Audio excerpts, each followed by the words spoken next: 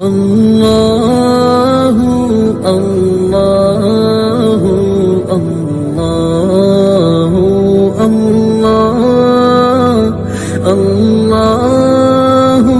اللہ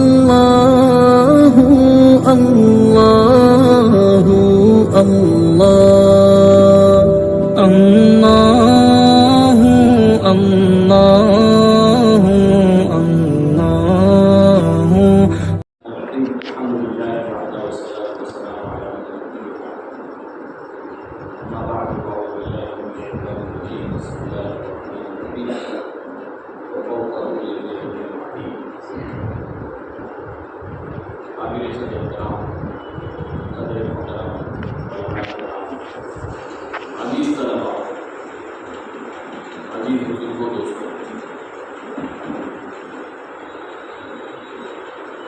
حفظ قرآن کریم کے مسابقات تو الحمدللہ ہمارے یہاں ہوتے ہیں۔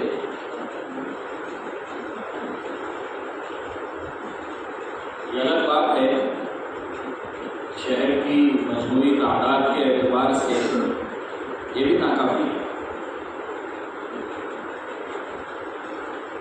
ایک سال پہلے ہمارا موریتانیہ جانا ہوا، افریقہ کا ملک ہے۔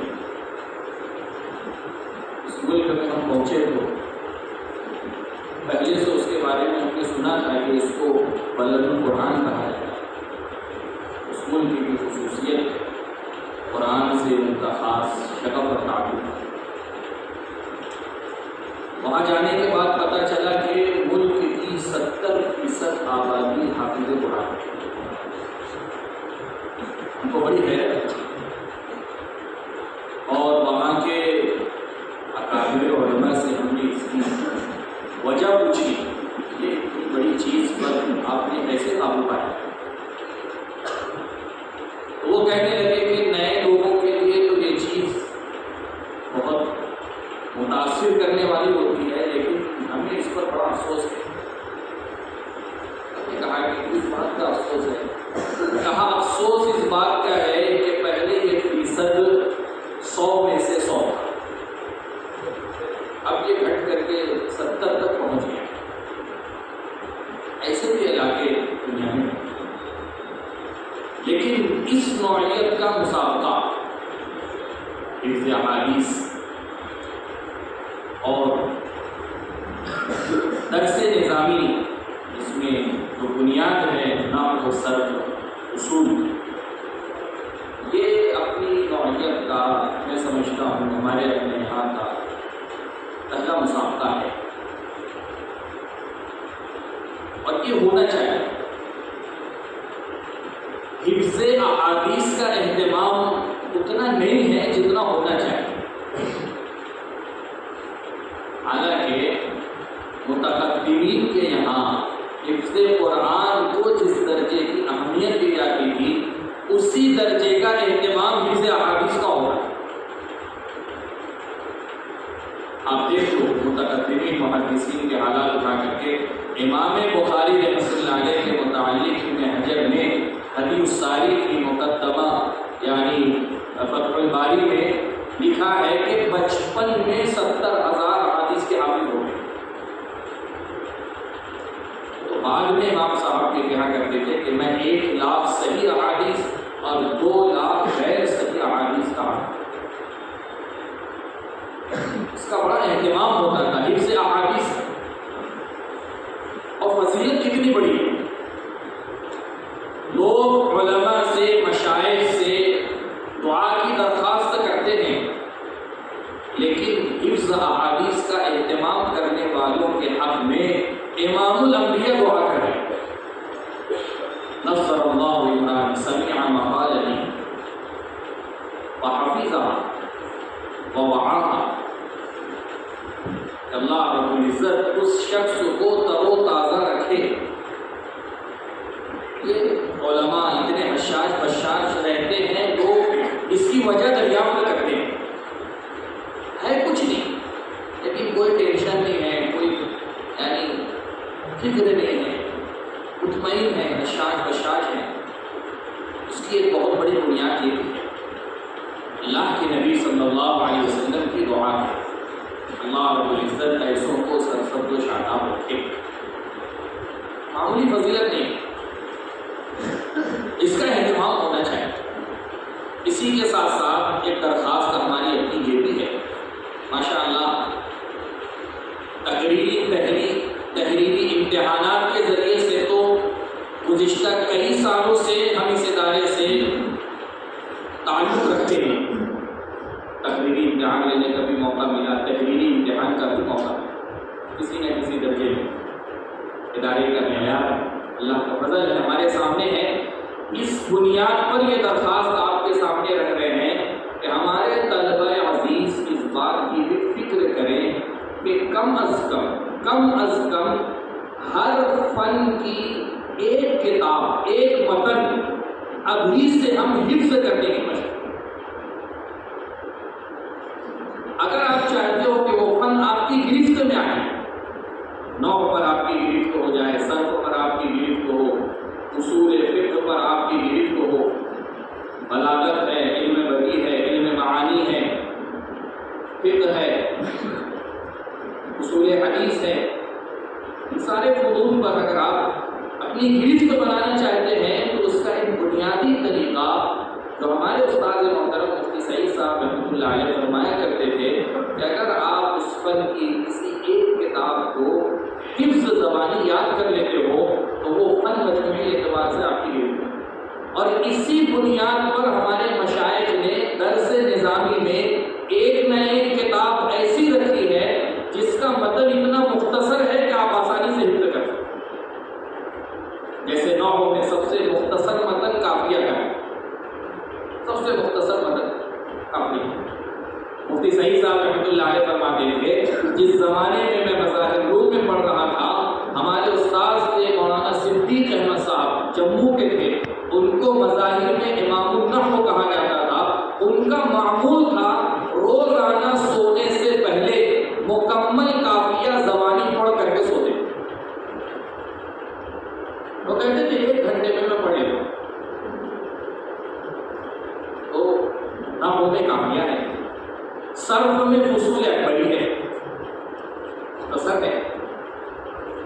منطق میں آپ دیکھو شرح تہذیب کا جو متن ہے، اصول میں المنار ہے جس کی شرح ہے نور الانوار. یہ سارے تلخیص ہے، تلخیص المعانی جو ہمارے یہاں درس نظامی کے نصاب میں ہے. بعض عرب ملکوں میں عالم اسی شخص کو کہا جاتا ہے جو سارے متون کو حفظ کر لے. ہم لوگ مراکش ہے، وہاں پر علماء سے ملاقاتیں ہوئی. وہ ہم سے پوچھتے تھے کہ آپ اپنا تعارف کرائیں. ہم کہتے تھے کہ ہم نے فلاں مدرسے میں تعلیم حاصل کی ہے. وہ کہنے لگے ہندوستان میں عالم کس کو کہتے ہیں؟ ہم نے کہا کہ ہمارے یہاں درس نظامی کا ایک نصاب ہے، طالب علم اس کو ہر ابتدا کا انتہا مکمل کرے تو ان کو عالم کہا جاتا ہے. تو کہنے لگے کہ ہمارے یہاں عالم اس کو کہا جاتا ہے جو سارے متون کو حفظ کرے. جس کو متون کی مراجعت کی ضرورت پڑے اس کو ہمارے یہاں عالم نہیں کہا. اور حقیقت میں علم کہتے ہی اس کو. بعض فلاسفہ کا قول ہے العلم ما اذا غرقت سفینۃ یسبح معک، کہ علم وہ ہے کہ اگر تیرا سفینہ کشتی ڈوب جائے تو وہ تیرے ساتھ تیرنے لگے. مطلب یہ ہے کہ وہ تیرے ساتھ. اس لیے اس بات کا اہتمام اگر کیا جائے تو انشاءاللہ ہمارے تعلیمی معیار کے اندر اور اس کے ذریعے سے ترقی اور بلندی اور اس پر اور جو ہے وہ بلیو کر. ہمارے اکابر نے یہ اتنا مضبوط نصاب بنایا ہے کہ آج بھی عرب علماء ساری اپنی یعنی صلاحیتوں کے باوجود ہمارے اکابر کے علم کا لوہا مانتے. ایک عرب عالم سے ہماری ملاقات ہوئی، وہ موطا امام مالک 35 سال سے پڑھا ہے اور فقہ مالکی ہی کے مقلد ہیں، مالکی مذہب پہ. میں نے ان سے پوچھا کہ آپ موطا پڑھانے کے لیے کن شروحات سے استفادہ کرتے ہیں؟ انہوں نے کہا کہ ابن عبد البر کی التمہید ہے اور قاضی عیاض رحمۃ اللہ علیہ کی شرح ہے اور شاہ ولی اللہ محدث دہلوی کی بھی ہے المصوہ ہے. لیکن کہنے لگے جو مجھے نفع شیخ الحدیث مولانا محمد زکریا صاحب رحمۃ اللہ علیہ کی شرح اوجز المسالک سے ہوا ہے وہ کسی اور شرح سے حضرت شیخ نے اگر اپنے حنفی ہونے کی صراحت اس مقدمے میں نہ کی ہوتی تو ہم ان کو کبھی بھی حنفی تسلیم ہی نہیں کرتے۔ ایسے جزیات تک، ایسے دقائق تک حضرت شیخ نے ہماری رہنمائی کی ہے کہ ہم پیدائشی مالکی ہونے کے باوجود ان جزیات تک نہیں پہنچ سکے۔ اور بھی ایسی کئی مثالیں انہوں نے فیض الباری کا حوالہ دیا، لامع البراری کا حوالہ دیا، اور ابواب التراجم جو حضرت شیخ کی ہے اس کا حوالہ دیا۔ اسی طریقے سے اور ہمارے اکابر کی جو تصانیف ہے، عرب علماء باوجود یعنی ان کی قوت حافظہ کی اور ساری چیزوں کے حد درجہ ان چیزوں سے متاثر، اس لیے بہت مضبوط نصاب ہمارے بڑوں نے بنایا ہے، لیکن اس کے لیے یکسوئی بہت ضروری ہے۔ آخر میں اپنی بات عرض کروں، آپ حضرات نے جتنی محنت اس مسابقے کے لیے کی ہے، اللہ نہ کرے ابھی یہ 2-2.5 مہینے کے چھٹی کے وقفے میں اگر جیسا کہ مفتی صاحب نے کہا کتابوں سے ہماری اپنی روزانہ کے اعتبار سے ان کو لے کر کے بیٹھنا پڑھنا نہیں ہوگا تو پھر یہ ساری چیزیں دھیرے دھیرے دل و دماغ سے محو ہوتی چلی جائیں۔ اس لیے آپ اس کا اہتمام کریں۔ جو طلبہ عربی اول سے دوم میں جا رہے ہیں وہ عربی دوم کی کتابیں ابھی خرید لیں، ابھی سے اس کا مطالعہ شروع ہو جائے۔ ہم لوگ دور حدیث میں تھے دیوبند میں، ہمارے ساتھ علامہ انور شاہ کشمیری کے پر پوتے عبید انور شاہ ہمارے درس میں ہمارے ساتھیوں میں ہے، وہ بھی دور حدیث کے۔ اس کی خصوصیت یہ تھی کہ آج جو سبق بخاری کا ہوا ہے، آج سے 15 دن پہلے اس کا مطالعہ آج کے سبق کا ہو چکا ہو۔ 15 دن آگے کا مطالعہ اس کا ہر سبق کا رہتا ہے، تو 50-60% سبق جو ہے وہ سمجھ چکا رہتا ہے۔ یہ ہونا چاہیے کہ درس سے پہلے آئندہ سال کتاب کے شروع ہونے سے پہلے ہماری کتاب سے مناسبت پیدا ہو جائے۔ اس کے لیے ابھی سے اس کا اہتمام خالی اوقات میں ہمیں کرنا یکسوئی بہت ضروری ہے۔ مولانا عبدالحی مخربی رحمۃ اللہ علیہ کے حالات میں لکھا ہے، ایک مرتبہ مطالعے کے دوران نواب خاندان کے تھے، خادم سے پانی مانگے۔ آپ حضرات متعارف ہیں مولانا عبدالحی مخربی سے، کئی کتابوں پر ان کے حواشی ہیں اور شرح وقایہ وغیرہ پر اور بھی کتابوں پر۔ تو پانی مانگ لیا خادم سے، خادم پانی لانے کے لیے گیا، والد صاحب راستے میں ملے، کہاں جا رہے ہو؟ کہا صاحب زادے کو پیاس لگی ہے پانی لینے کے لیے۔ کہا انا للہ و انا الیہ راجعون، میرے گھر سے تو علم و رخصت ہو۔ مطالعے کے دوران اس کو پیاس کا احساس کیسے ہوا؟ لیکن کہا کہ مجھ کو دیکھنا چاہیے، جانچنا چاہیے۔ تو حکیم بھی تھے بڑے، ایک گلاس میں تیل بھر کر کے بھیجا کہ یہ پیش کر دیں۔ خادم لے کر کے گیا، اتنا مح ہوتے مطالعے میں کہ یہ محسوس ہی نہیں ہوا کہ میں پانی پی رہا ہوں یا تیل پی رہا ہوں، پورا گلاس پی۔ والد صاحب چونکہ حکیم بھی تھے، اس لیے فوراً اس کا جو توڑ تھا وہ علاج بتایا اور کہا الحمدللہ اللہ کا شکر ہے کسی نہ کسی درجے میں علم ابھی میرے اپنے گھر میں بات۔ اس لیے اگر اس اہتمام کے ساتھ یہ چند سال آپ کے پاس ہیں، اگر پوری یکسوئی کے ساتھ اور پورے اہتمام کے ساتھ اپنے آپ کو کتابوں کے لیے وقف کر دیا جائے، اس کے حوالے کر دیا جائے، تو انشاءاللہ اللہ پاک آپ حضرات سے بھی وہ کام لے لیں۔ اللہ کی ذات سے بعید نہیں ہے۔ عرب اور عجم میں اللہ پاک اس ادارے کی فیض اور اس کو جو ہے اللہ پاک دیر اور دور تک اللہ پاک اس کو پہنچائے۔ کرتے ہیں یہ انشاءاللہ۔ عربی سیکھنے کرنے میں ہماری نیت یہ بھی ہونا چاہیے کہ اس کو لے کر کے انشاءاللہ عرب ملکوں کے اندر جائیں گے۔ بہت ہماری عرب ہیں اور وہ بہت ہمارے ہندوستان بر صغیر کے علماء سے متاثر بھی ہیں، وہاں کی عوام ہیں، اس لیے ہمیں اس کی فکر کرنی چاہیے۔ بیچارے جن کو زبان نہیں آتی ہے ان کے اندر جذبہ ہے، عام لوگ عوام عرب ملکوں کے اندر جاتے ہیں، ٹوٹا پھوٹا جیسا آتا ہے ویسا کرتے ہیں۔ ایک عرب عالم ہم سے کہنے لگا، تمہارے علاقے کے لوگ ہمارے پاس آئے تھے، وہ شاید عالم نہیں تھے۔ ہم نے کہا کیوں، کیسے آپ نے پہچانا؟ کہا کہ وہ بیچارہ اللہ کا بندہ دعا کر رہا تھا، اب اس نے سمجھا کہ قرآن میں جتنی ربنا ہے وہ ساری دعائیں ہیں، مانگنے کی ہے، تو وہ مانتے مانگتے کہنے لگا رب انی نذرت لک ما فی بدنی محررا فتقبل منی۔ تو کہا کہ یہ ہے ایسے ہے، وہ بیچارے ان کا کیا قصور ہے، وہ تو آتے ہی نہیں ہیں۔ اس لیے آپ حضرات یہ بھی نیت کرو انشاءاللہ، ابھی سے عربی تکلم کی بھی مشق ہو۔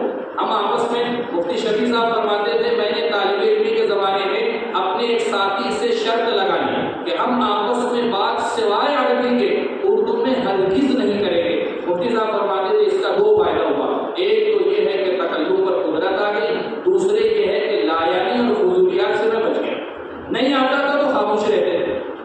سے بچیں اور دھیرے دھیرے زبان کی مشق بھی ہو رہی ہے. اس لیے مدرسے والے اگر اس کو زبردستی لاگو کریں یہ تو کمزور بات ہے کہ آپ کو عربی میں ہی بات کرنا ہے. ہم اپنے طور سے اس چیز کو ریفر لیں کہ ہم آپس میں جیسے ماشاءاللہ آپ نے تعریفات عربی میں سنائی, آپ نے جو ہے وہ یہ ساری جو ہے تشریح اور یہ ترکیبیں آپ نے عربی میں سنائی ہے.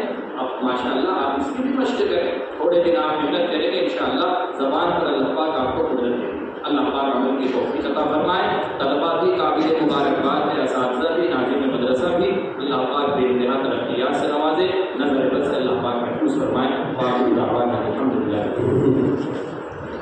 جزاک اللہ خیرا. کیونکہ آج